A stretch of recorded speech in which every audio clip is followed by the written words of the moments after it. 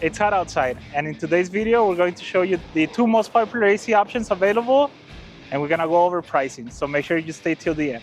Let's start with the most common one, a traditional air conditioning system. As you can see, if your home already has a furnace and the ductwork and you want to add AC to it, the best option is going to be with a traditional AC system. So what we do is we modify the ductwork.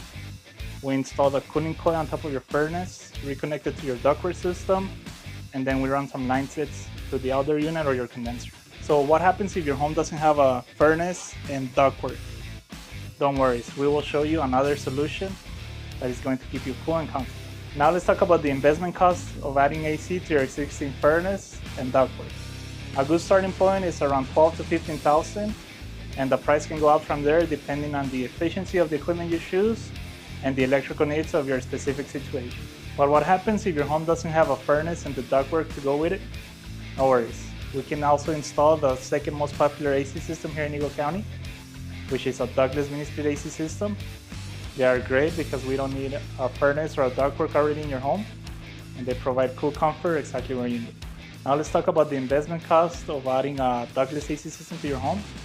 A good starting point would be around $15,000 per indoor unit for your home, and the price can go up from there depending on your electrical needs and your specific situation.